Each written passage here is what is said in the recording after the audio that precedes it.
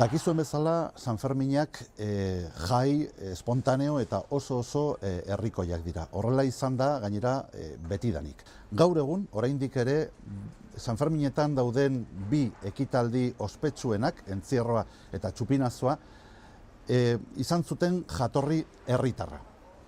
Txupinazoa, alegia, balkoi hauetatik botatzen den txupinazoa, hasi zen pertsona baten ekimen bezala, Juanito Etxepareren ekimena, kalean hasi baitzen bere garaian bolanderak botatzen uztailaren 6an eguerdiko 12an.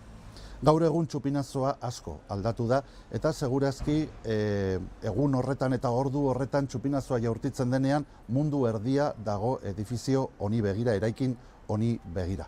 Horrexegatik oso importantea da botako duen pertsona behar bezala aukeratzea.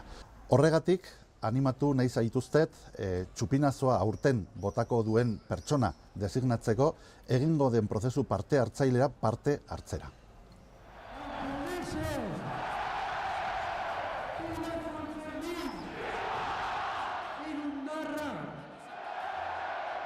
Gora San Fermín!